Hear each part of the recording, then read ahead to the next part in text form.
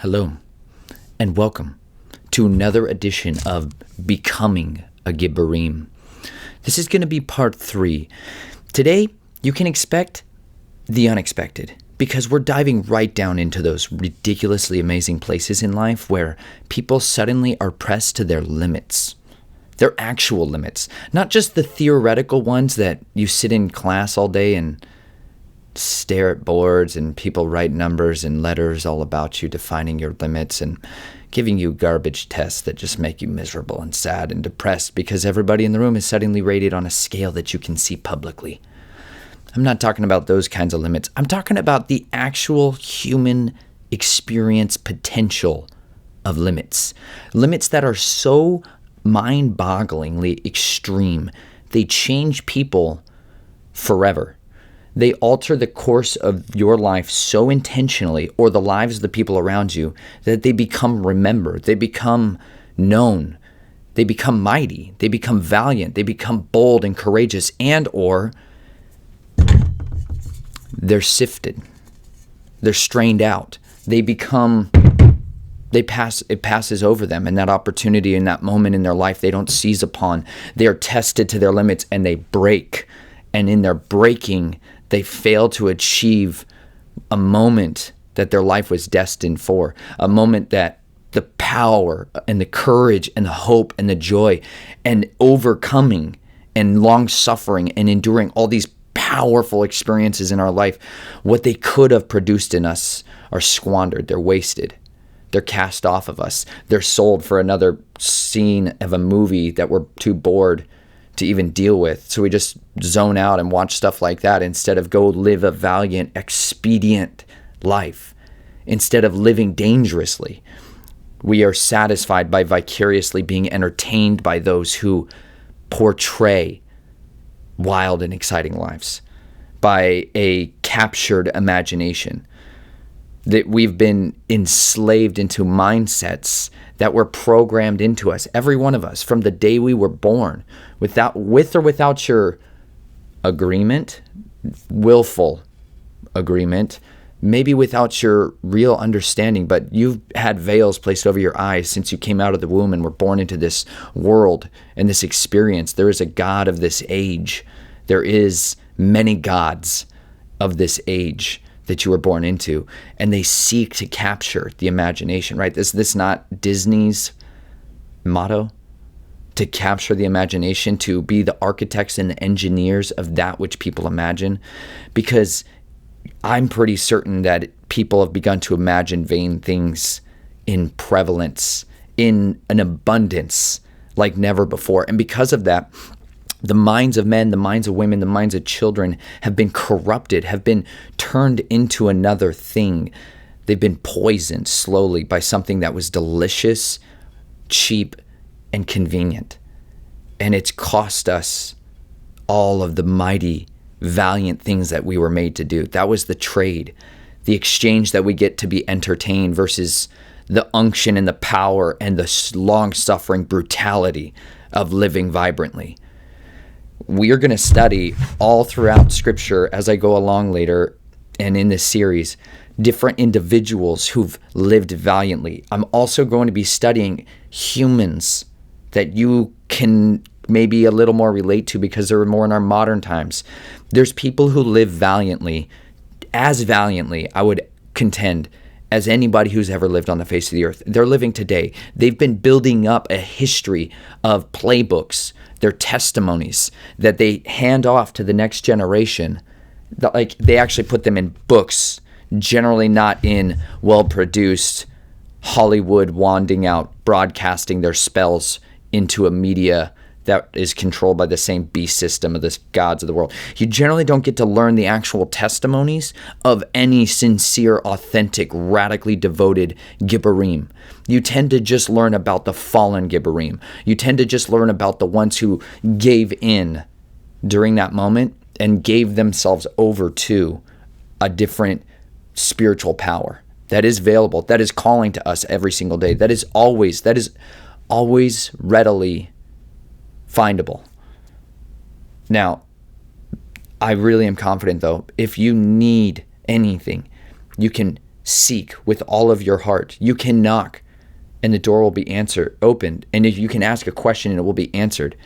I really believe you can pray and ask the Redeemer and he can transform you and give you power, just like we read about in the scriptures, that you can be a mighty one. You can be the most impactful person in your community through your prayers, through your intercession, through you actually walking the nasty parts of town and going and talking to the guys who are depressed and miserable and they wear really nice suits every day and they're all eating bullets because of the way the world has turned on them and devoured their retirement plans, the things they've trusted in, the promises of mammon.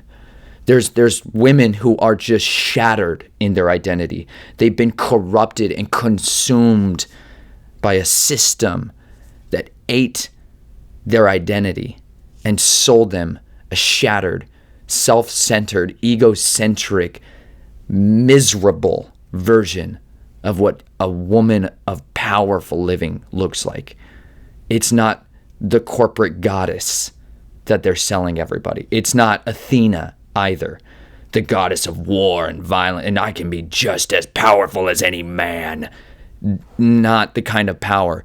I've never seen a stronger person in my life than when I watched my wife go through natural childbirth.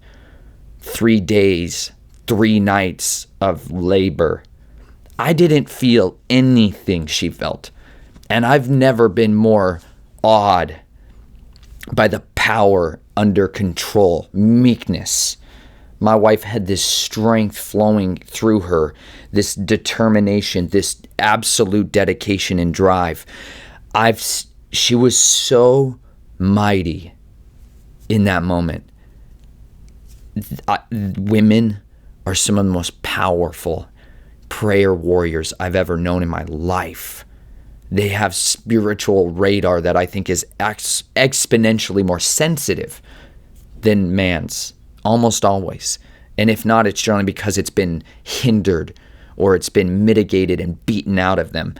They get gut instinct feelings. They get lady radar. I don't even know how to put it better. They have a knowing that is so, that can be tuned and focused and zeroed in on to danger, to something that's not right here. It's something smells a little bit like bull poop, like for real about this situation. They have such giftings and abilities and power and determination that can come upon them when they are loved and cared for and provided the environment to thrive, the nutrients to grow abundantly. Man, they can actually bear fruit. Women get to actually bear fruit, genuine fruit, powerful fruit, fruit that lives on past my dead bones decaying fruit. Because you can be the mightiest man in the room, but if you die, your lineage dies with you unless you have found a fruit bearer who will bear up your armor and co-labor with you into the fog of war. Or if the Father would be so merciful, to equip you with arrows to reload your bow with. I actually mean that. The fruit that women bear, the wonderful fruit that they bear, are arrows that are in the hand of the living God and in yours as their father. If you're so blessed to be so, or if you adopt them to be your own, man, they become some of your most deadly, precise, powerful tools that you will ever have to fire off against the enemy or against those spiritual battles that we contend against or against the physical ones that we contend against. You have to work by the sweat of your brow as part of the way you wage war against it for men. But women, they get sanctified in this unbelievable, indescribable, supernaturally empowering way when they go from being just the gal who's lived her life in a set of conditions that the world promised her if she followed it, she would be content.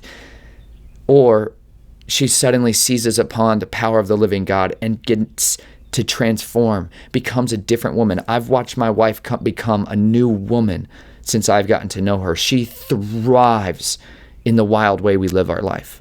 She has blossomed. I watched her be depressed and miserable and hating her every day when she was plugged into that corporate system that took her choice from her.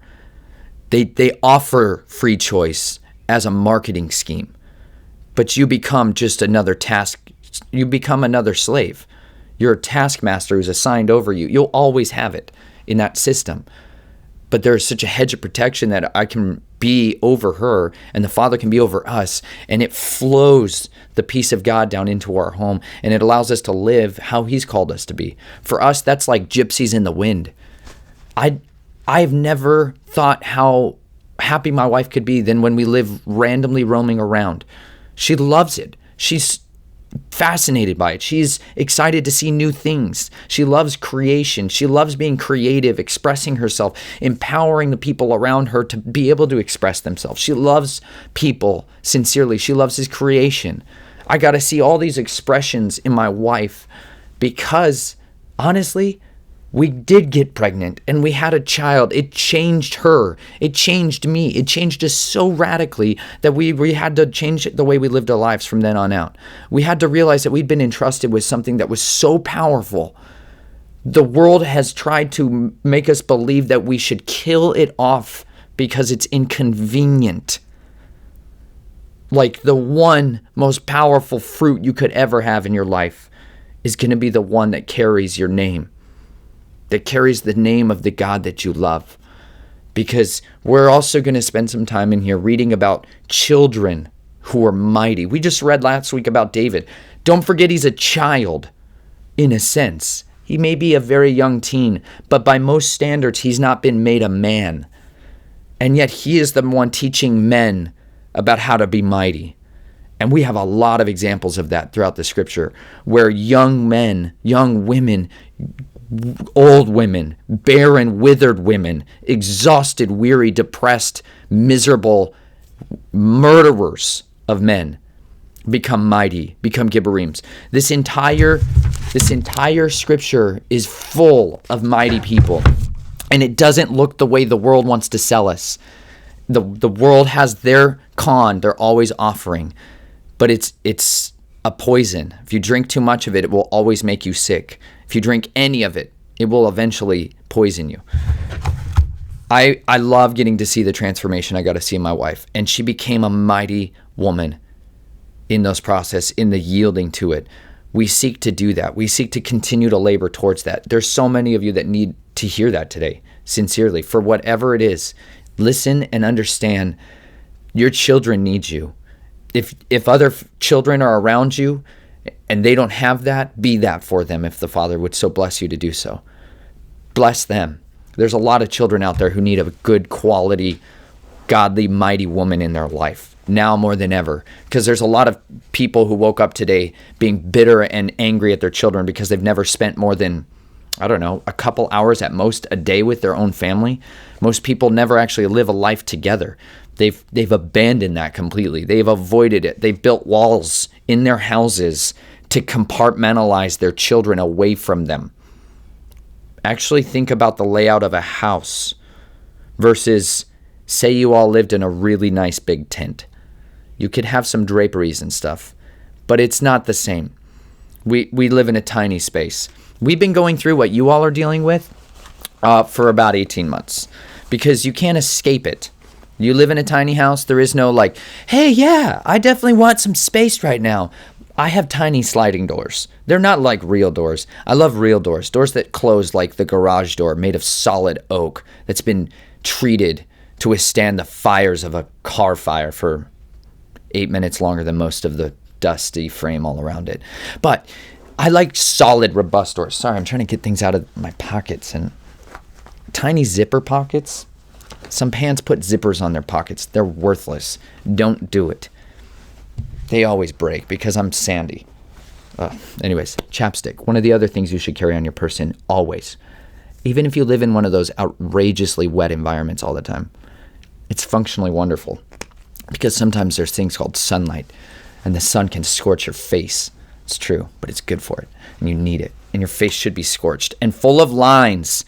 Stop thinking you don't need wrinkles. That's the dumbest, most exceptionally, horrifically destructive lie also. Women, you fell for it, hook, line, and sinker.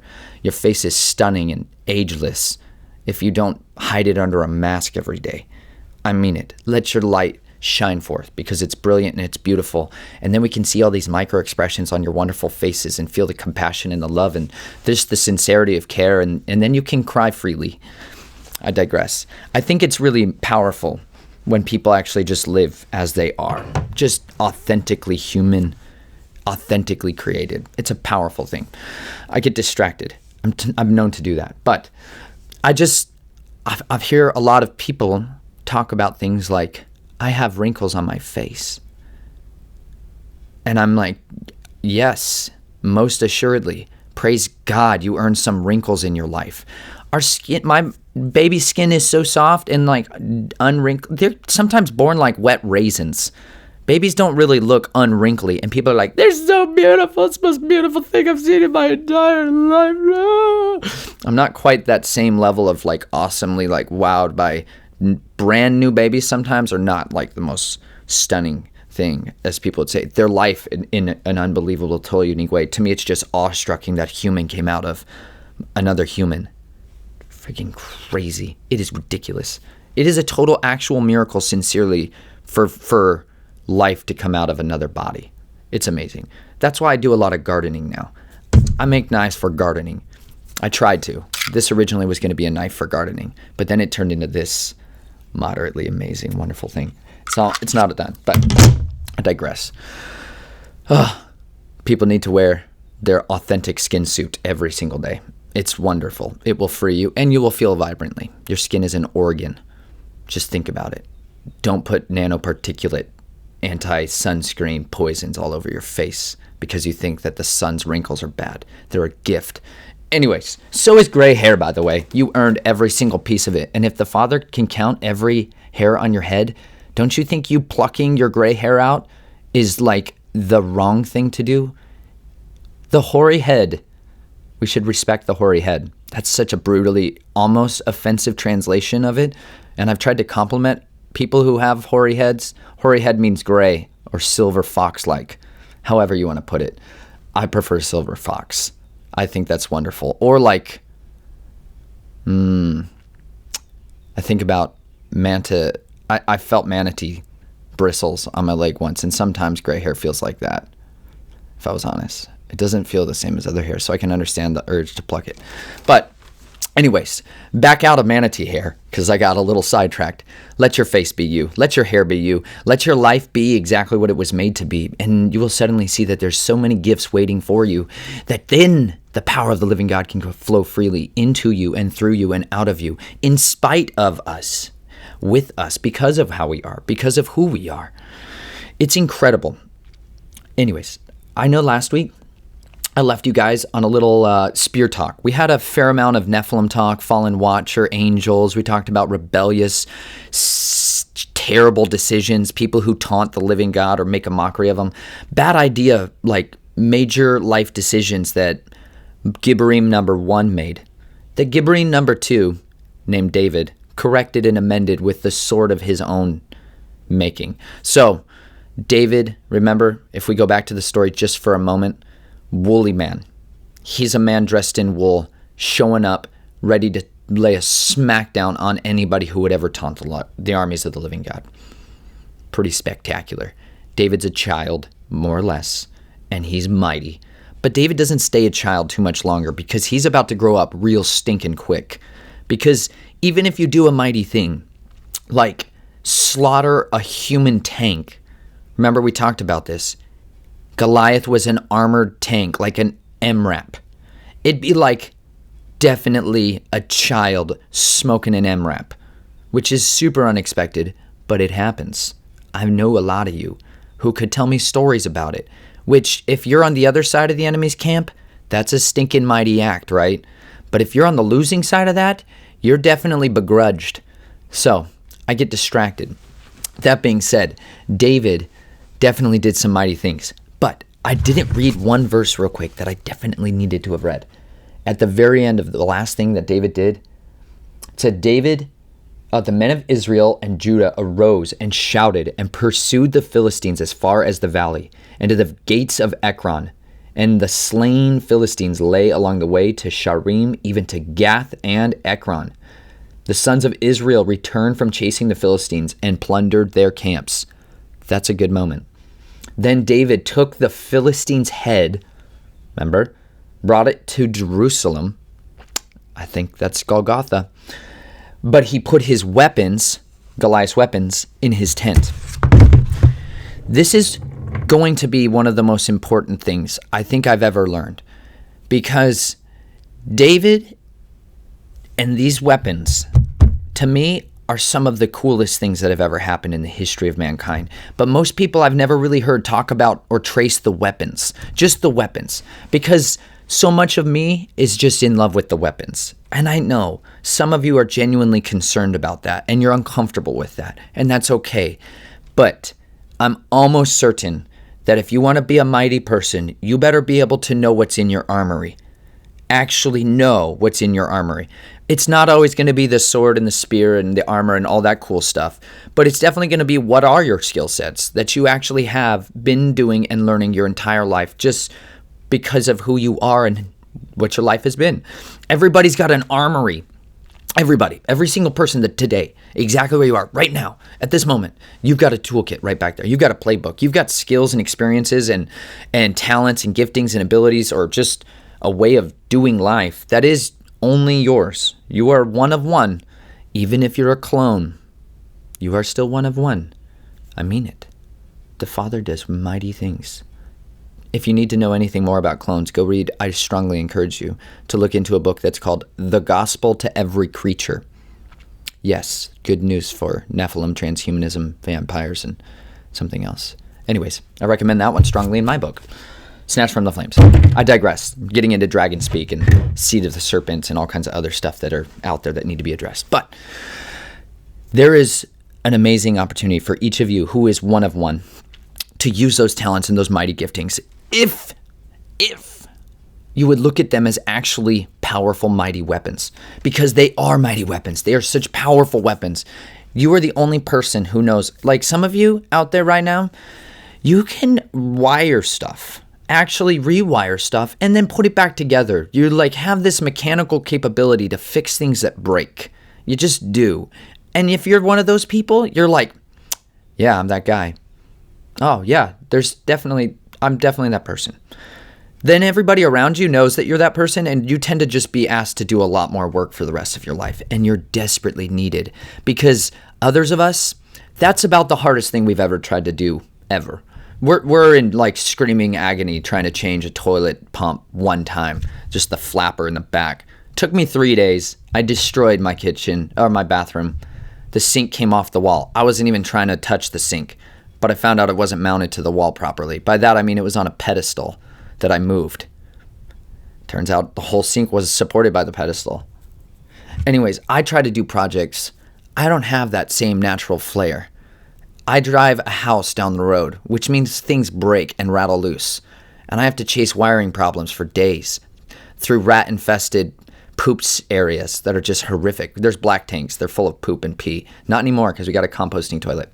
Anyways, I have to chase wiring problems on the regs, and they're difficult and they're miserable. And every time I do, I'm like, why can't I just hire an electrician? Because I live in forests randomly all over the country at any given time. It's hard to find forest electricians. I know they're out there. I know there's swamp electricians, but they charge an inordinate amount of money. Anyways, I'm trying to learn skill sets like that. But if you're that guy, man, you're the dependable friend that just can come over and literally save humans' lives. I actually mean that. People are losing like days of their life because they're worrying and they're stressed out about things that are broken around them that they just have no idea how to fix. And it's a living nightmare. But maybe you guys can make trades instead of always trading mammon, sigil money. If you don't know about sigils, that's magic, bad news magic. That's what money is. Babylonian magic. True story. Trade goods like, I'll make you a cake, because some of you out there make the most delicious cakes that have ever been known to taste ever. You could trade and barter, because that's so much of what becoming a Gibborim is going to be talking about, is a trade and barter economy. Underground movements are amazing, but they're generally dependent on meeting each other's needs, not through magic money, but through the spirit of the living God and knowing each other's needs. So, handymans, you're mighty men. Handy women, good gracious, you're mighty, and you're needed. You guys know what I'm talking about, though. If the other person in your group is that super organizational, or maybe you're the super organizational person who notices every single time I have a typo in one of my descriptions, or they're the people who notice that things are not quite right here and they need to set them in order and tidy in just that right way, you systematizers, you systemizing people, you're fantastically needed in the body. Generally, I don't relate too much to that. I tend to live my life like a scatter bomb at times, and then I'm exceptionally tidy at others. I have 2 children. Try to keep up with that. It's difficult. They outnumber me every single day I wake up, but not me and my wife yet. Anyways, I am just desperately in need of systemizers in my life, and I know everybody who has one of those in their life praises God for you when you come in the clutch. Really. Like anytime you got to plan a big meal, like a feast. If you haven't thought about it, you should read about it and just plan for the feast of Passover. It's exceptionally wonderful and will change your life. I wrote a chapter called When Passover Provides. You can listen to me read it. Maybe I'll tag that one below. It would behoove you to cover the door of your home with the blood of the Lamb who was slain before the foundations of the world. That is the Messiah, and get into a covenant with him. You don't need to slaughter a lamb anymore. He was slain once and for all. Just look into it. Dr. Michael Lake and Mary Lou did a great broadcast on it many times. Check it out. I highly recommend them as well. But you need to know there are those people in your group who can help organize things like that. And remember all the ingredients, like for throwing an entire party and festival. They're incredible humans. One of the most powerful people I've ever known in my life has been a systemizer. They're incredibly critical for me. Surgeons, way up there for me, because they've wielded the blades and put my body back together. If they're not very systematized, people literally can't walk again. I'm not comfortable putting an oil filter on my car without referencing a YouTube video 15, 18 times before I do it. They put body parts back inside other body parts comfortably, confidently, and they watch it turn back on. I don't know how to do that. That's incredible. Very important person in the body, right? Everybody needs a good doctor buddy in the underground. You need a couple of them. You need about 15 nurses too, let's be real, because every doctor needs about 15 nurses. Let's be real. Your mind is not all it was once, because you got indoctrinated by another 8 years of garbage. Not all of it, just most everything you learned in there was total nonsense and lies, and just to sell better drugs and better business bureau advertisements to people, because that's that PhD. Congratulations. You got deeper indoctrinated. Really. Go look into actual medicine and health and nutrition and supplementation and the power of chiropractic. There's so many things out there. I get distracted.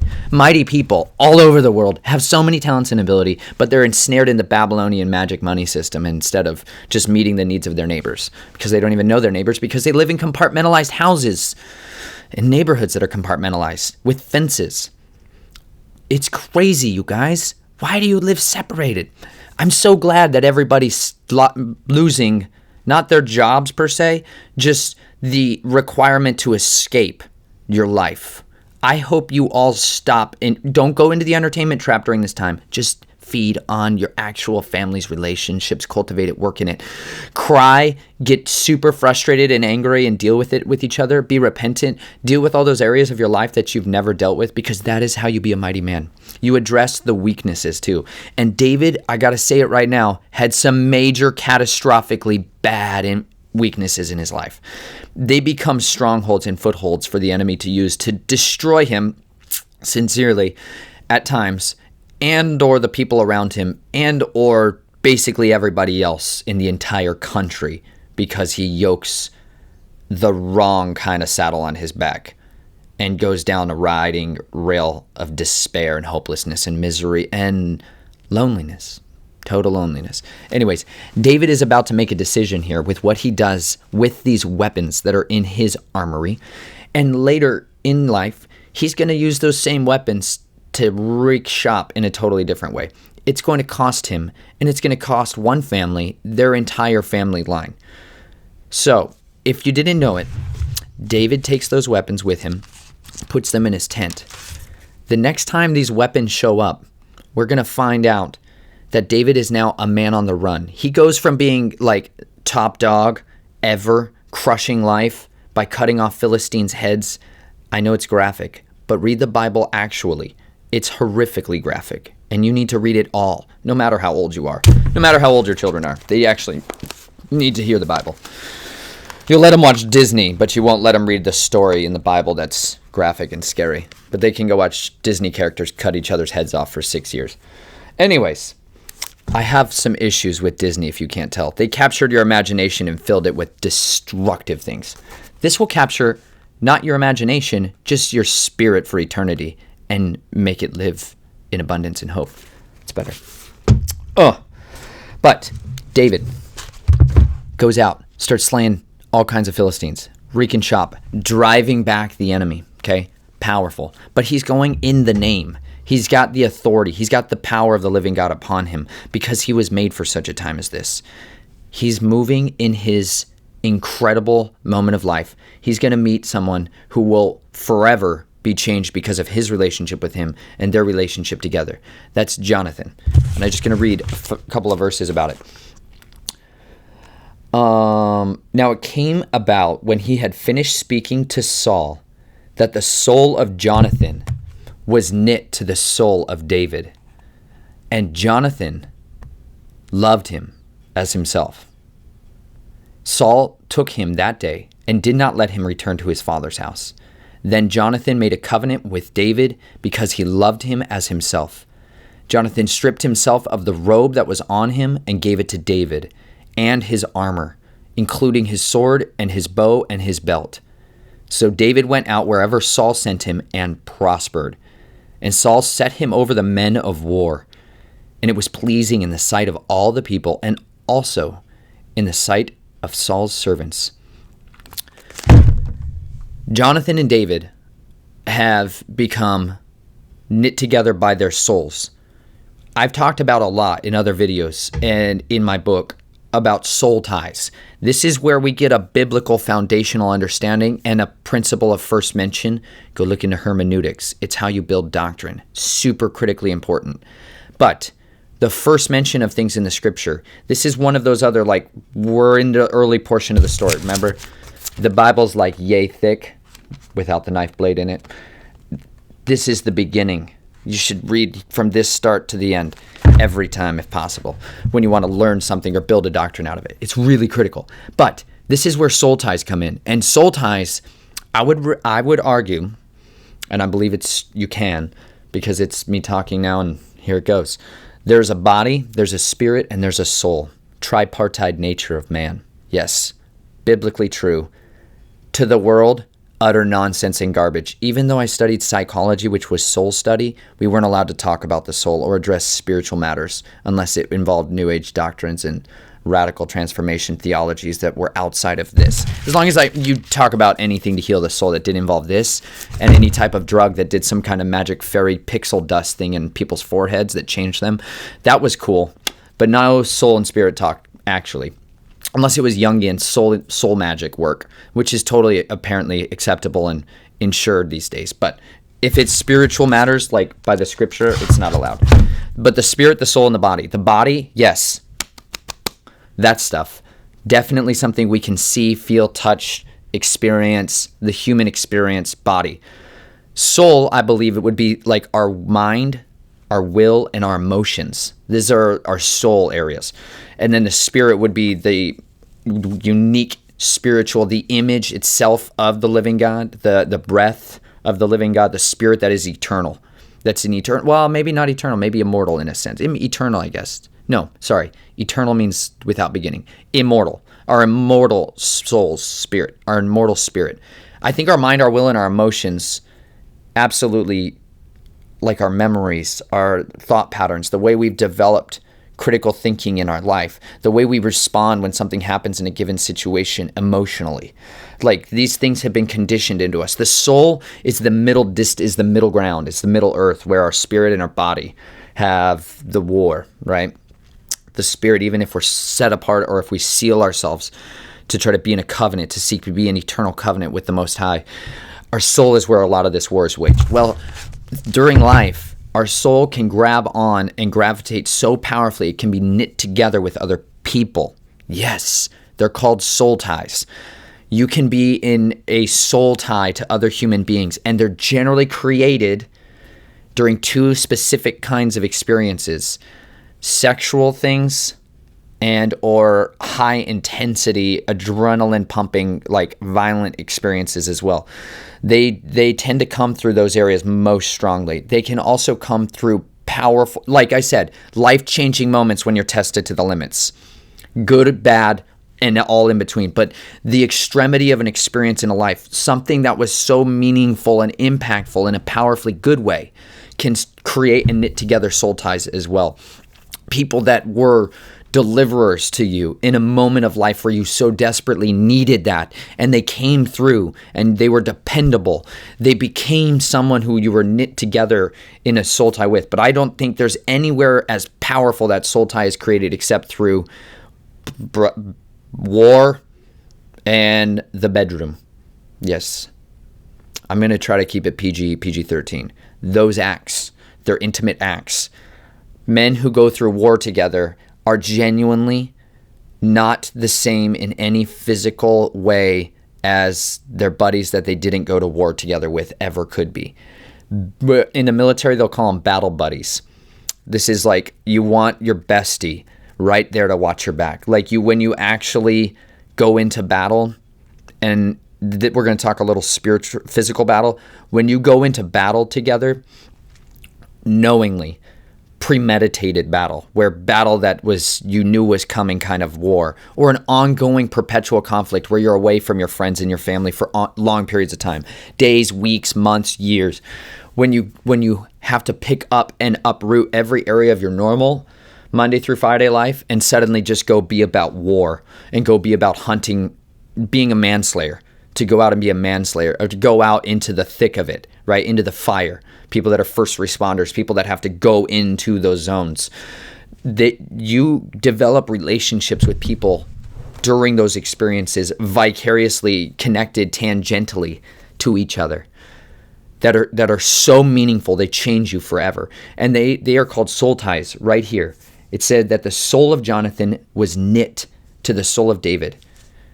They're connected now, and they will stay connected.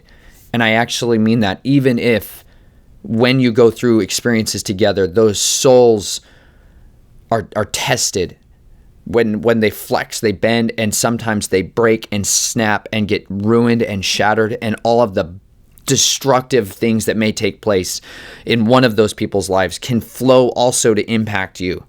These soul ties establish a bridge between us and other people that can also transmit spiritual and physical junk between each other for good, because when you're in a battlefield environment, you actually need the other guy to have a connection to you that is so powerful he can sense when you're in danger. Like actually sense when you are in danger. You get this preeminent, screaming, sudden chuck, grunt in your gut, something is wrong with my other soul. That's totally something anybody who's been in a real marriage has had. If you have a really good relationship with someone, you suddenly feel that something's not right with that person. There's a connection that's not your body, correct? There's a supernatural bridge. There's a spiritual bridge that's connected you to this person that can suddenly get tuned into something that's going on in their life that wasn't there. That's a connection that's incredibly valuable when life and death comes down to a matter of one of us fell asleep, but the other one stayed vigilant and was on guard still. And I'm suddenly, why do I feel like something horrible is happening to my brother right now? And you wake up out of a dead sleep and you go and you end up being the one to stop what was about to happen to him. There's moments in life that having that soul tie becomes so critically important, because that person is the one who becomes your advocate, becomes the one who delivers you.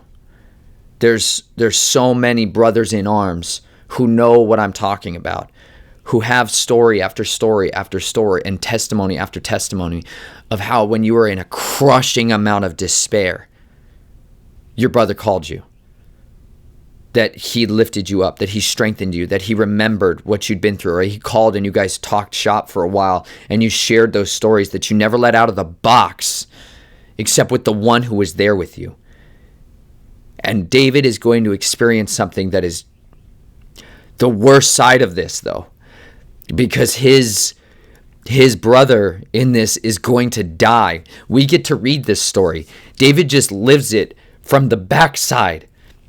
He's living it. He doesn't know that this man who he's going into this covenant with will be his best friend, will be his defender, will be the one who saves his life, that David will save his life, that they will do battle together, and they don't know about the giants and the armies, and that his own father is going to be the one hunting his best friend. He doesn't know any of that, and David doesn't know.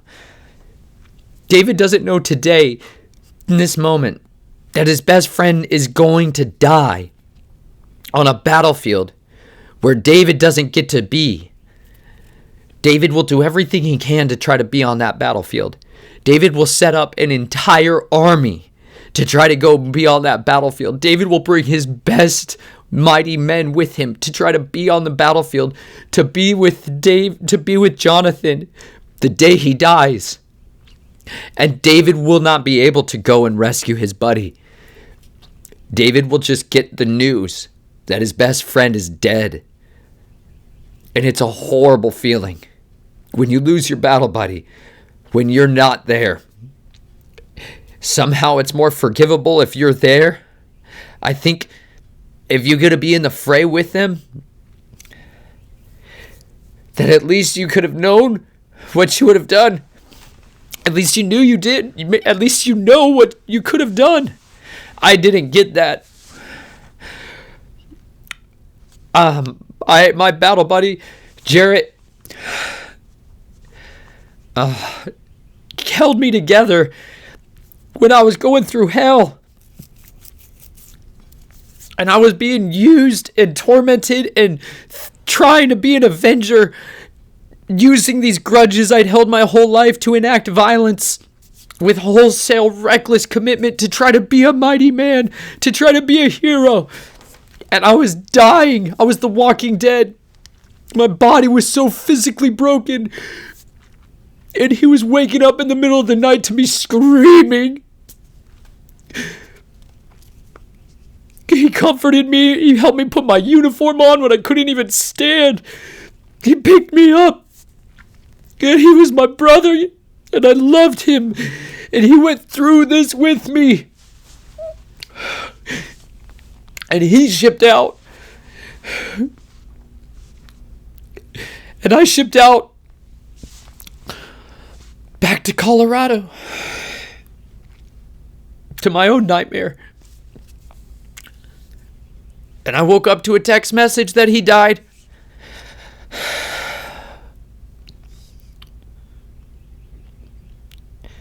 And that's a nightmare. It's a nightmare to not to get to be there.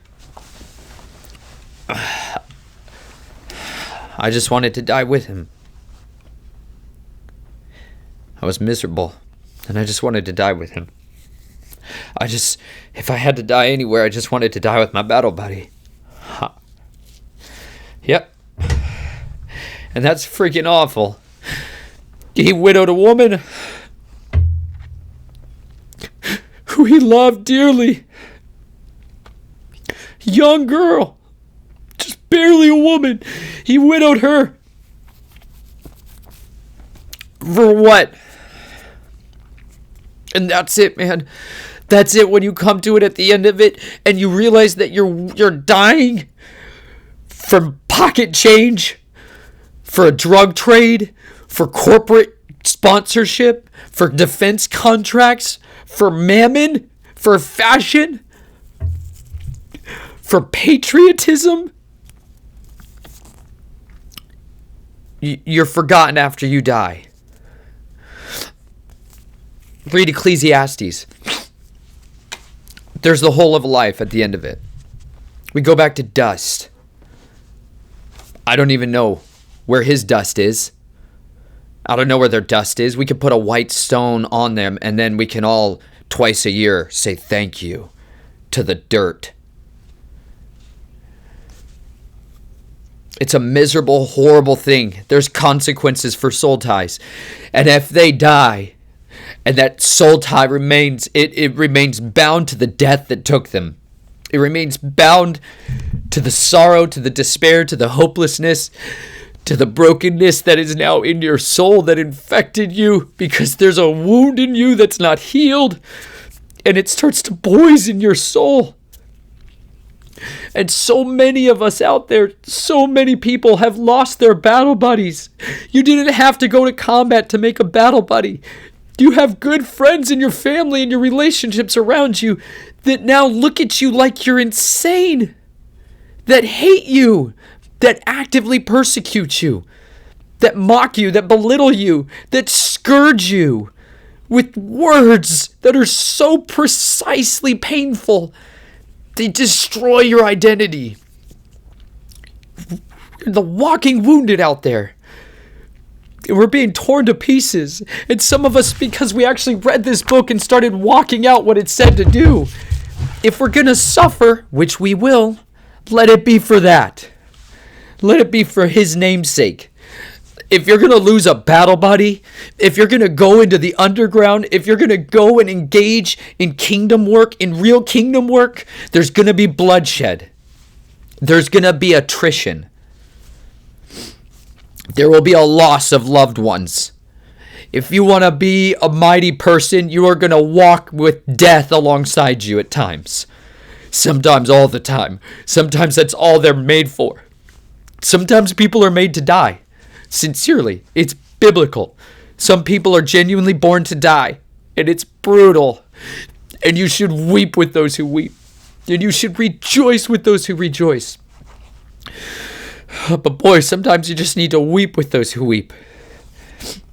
And some of you lost your best friend now thinks you're an idiot because whatever it is you talk about now.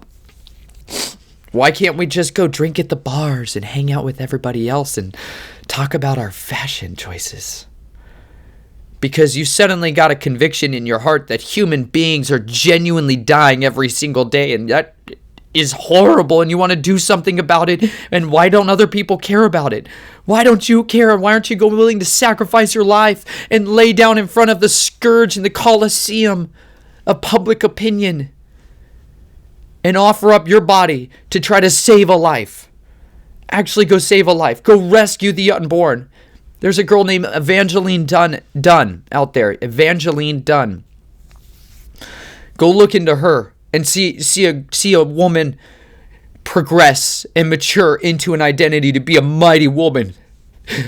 What a mighty woman. She stands there and is belittled and mocked and hated and reviled and spit upon and cursed and condemned and accused of, and yet she stands there interceding for the unborn, for the women, because she loves them. Her father instilled in her how to be a mighty one.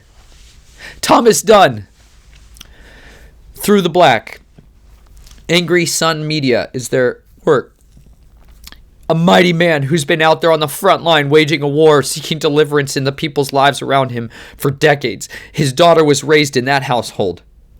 She saw her dad and became a mighty one too. What a miracle. That's a genealogy of faith. That's a righteous crown that he stores up for the rest of his life.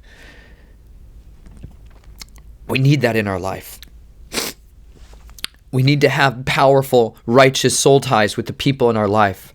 But if they're unrighteous, they need to be severed with the sword of the Spirit. They need to be cut off. You need to be cleansed. Deliverance needs to be brought into that area of your life. So you stop carrying around the spiritual baggage of people you had soul ties with because you screwed around when you were not recognizing the value of intimacy in your life, and you connected yourself to a bunch of people who now you have a bad exchange going on. You need to sever that stuff. If a woman has relations with a man, that man's DNA will be in her body the rest of her life. She literally carries it with her the rest of her life. That's a soul tie and a body tie. There's supernatural power to affect both in the kingdom of God and in mercy and in love and forgiveness for yourself, for the people around you, for all of those situations that have taken place in your life. Mercy and deliverance and healing can flow in a more powerful way than anything you've ever imagined if you would lay it down at his feet and ask him to heal that. I miss Grimmel. I miss my battle buddy. I miss him terribly some days. Some days I have been so alone that I just wanted to be I just wanted to be able to talk to somebody about that time in my life and those moments in my life that him and I were the only ones that experienced it. I have a few pictures and a couple of videos from our time together in our life. That's wonderful. That's a blessing. But I want the conversations. David is about to develop all of those conversations with this man. He's about to develop those relationships. He's about to go into war and battle and splendor and plunder and all of the wonderful things that come with having relationships like that. You never live more high and low than when you do with a battle buddy in your life. The Father blessed me with a wife to have as my battle buddy, to be my primary armor bearer with me. He blessed me so powerfully in ways I can't even articulate and describe. And she's waged war with me for 10 years. And I've been the one waging the war in my own household for most of it. But she's a mighty woman. And I'm thankful to have her as my battle buddy every day. Her love is sweeter than anything I've ever known. It healed my soul in ways that my relationship with Grimmel didn't. It healed me and continues to heal me because that's a covenant that's more powerful than anything on this earth. A husband and a wife. And it's the most targeted covenant for destruction in the world all the time since the beginning. Split the man and the woman. Split them, ruin them, steal from them their identities. Oh, sorry guys.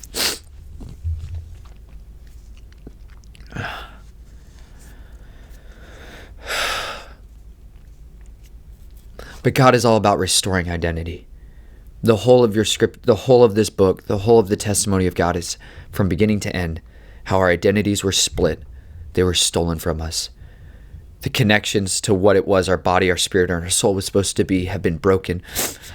But praise be to the one who can restore that which the enemy meant for great evil, for great good, and the saving of many lives. He can restore broken covenants. He can renew that which was taken from us. In mighty and powerful ways, he can do that, and he will do that, because his story from the beginning to the end is a restoration of our identity in him, our identity because of him, our identity because of the testimonies of those that have gone before us, the forerunners in our faith. You need to study the forerunners of our faith. You need to memorize their stories so you can tell them to the people that you're entrusted with at any time, day or night. This is how you sharpen your sword. Sharpen it fiercely. I know I was doing a bunch on the way of the blade, and during one of those videos, I pulled this knife out. This is a cold steel Shanghai Shadow.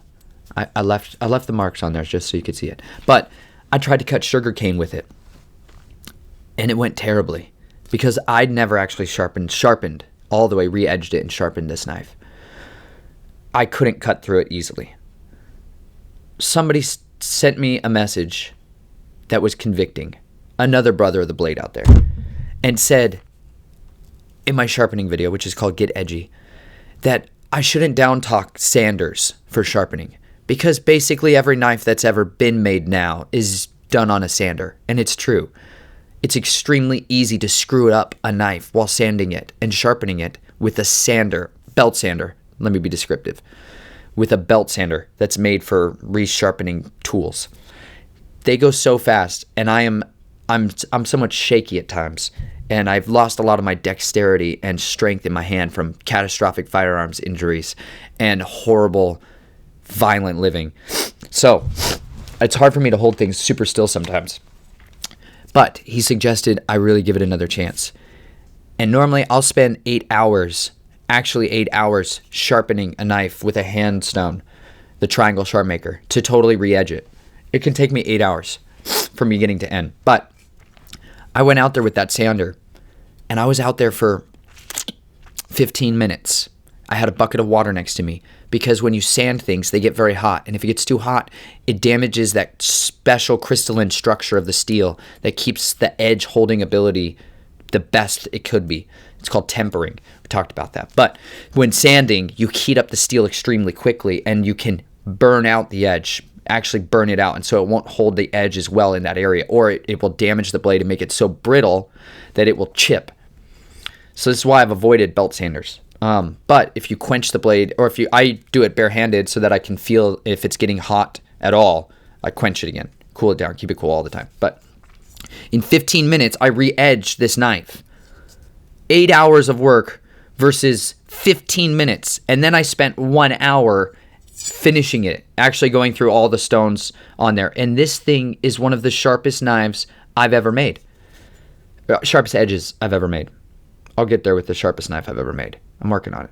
But this thing is outrageously sharp now, and I can hack through these stinking briars and thistles and all the thorns and all the things that are inevitable in forest lands and on a property, and working in a garden where you just get chewed up and mangled all the time. You're always beat up. If you go outside and you ever live at all, you're definitely never not needing a Band-Aid, which is good. Life was made for Band-Aid keeping. I digress. The belt sander to me was a force multiplier, and I didn't know that, and I've avoided it because it was an intimidating tool for me. It took off so much material so quickly that I was scared to touch it. Real relationships, real covenant, have the potential to take so much material off of you so quickly that they will burn you out, that they will make you brittle, and that you will shatter worse because of it from then on out. They can make you never recover broken bad the rest of your life. They have more potential, though, to change your life in a matter of a minute than any other thing that you will ever experience in this earth. They have the power to deliver you and buff off of you decades of destruction that have been laid on your shoulders, because they can come along and cast a burden off your shoulders that you've been carrying for decades of your life with a word. They can actually cast it off of you. Read Mark 6 and read about the authority that has been given to believers, not a corporate church, not a universal stamped Roman God approved church. The authority given to each and every one of you who calls on the name of the living God and walks in his ways. The identity to cast out demons, to cast out unclean spirits, to heal the sick, to make the lame walk, to literally raise the dead. These aren't theories. These are real powers that are given to people that walk in covenant with the Most High God. In a moment, he can cast off of you the generational curse that has been plaguing your family since the day you were born and time immemorial before it. This is what God intends for people's lives. This is what Yahweh made us for, was to walk in mighty power. Relationships like Jonathan and David have are like the belt sanders of our souls. They are unbelievably powerful and incredibly efficient at doing mighty things for us, to equip us, to hone us like iron sharpening iron in a way that is supernaturally precise, calculated, diligently important, unbelievably powerful. They have the ability to hone us into the sharpest edge we could ever be, to cut through the heart of darkness and to fire a shot into the enemy's camp that sets a beacon of hope alight for all of the people trapped behind enemy lines to see that there's still power in the kingdom of God, no matter what the darkness would say. That's what we're here for. That's what mighty men and women do.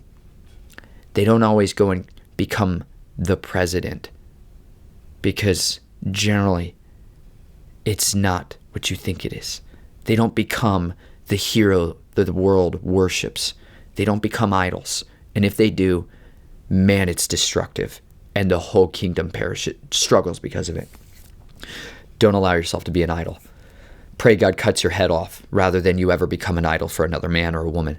Let your name not be remembered.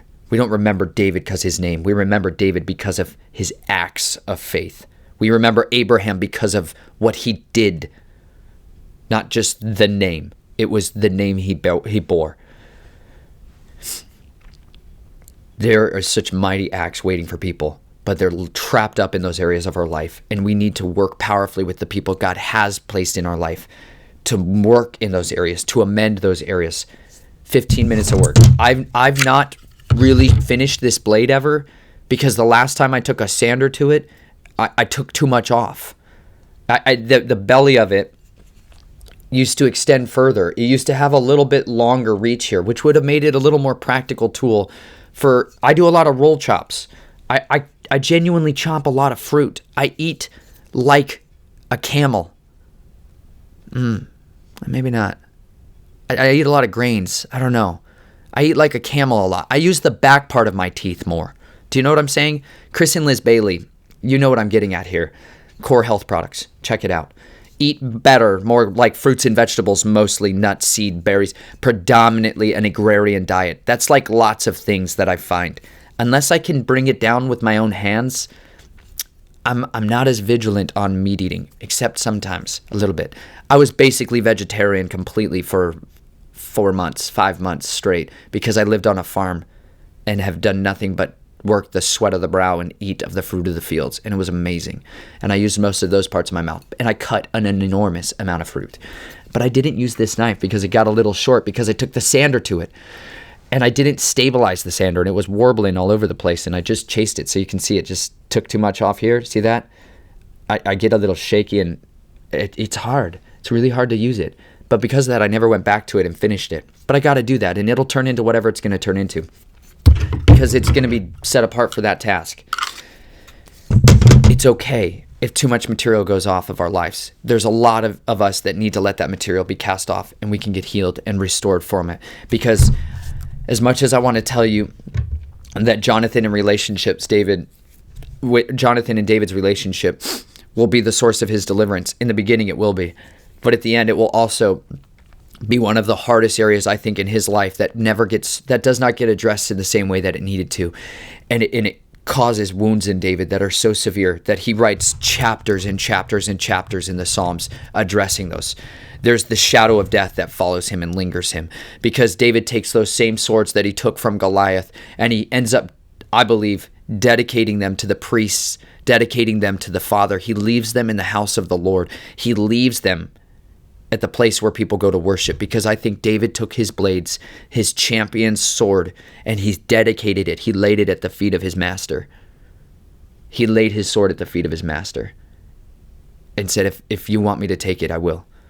And that's what I need to do with my blades. That's what you need to do with your talents. That's what you need to do with your armory. Lay it at the feet of your master, dedicate it unto him. And any of them he wants to pick up and use, may he know that they are quivers in his bow that he can use anytime that he would like. How good would it make you feel if you had a son? I know some of you don't have a son, and you may not get this, but if he woke up in the morning and looked at you and said, "Father, I want to do your will today. Is there any areas in my life that I'm not doing that? Is there any areas that I can work on in my life that would make me more like you, that it would make me a better bearer of your name, that I might honor you?" How powerful that would feel to have someone who is eager to receive instructions like that from a father. It's incredible. But every day that's waiting for each and every one of us. Every day that's waiting for each and every one of us. Lay your armory at his feet. And I assure you of this, he will give you the tools that you need to go do mighty things so that you can become a Gibborim. I love you, each and every one of you. Thank you for being here with me. I pray that you go be vulnerable. I pray you go and radically destroy the kingdom of the enemy by your honesty, by your sincerity, by your vulnerability, by your willingness to work harder than anybody else out there, to serve and to sacrifice and to live dangerously. So do that. Be safe out there. And by that, I genuinely mean live as dangerously as possible every single day of your life, because the days are evil, but you were born for such a time as this. I'll catch you later.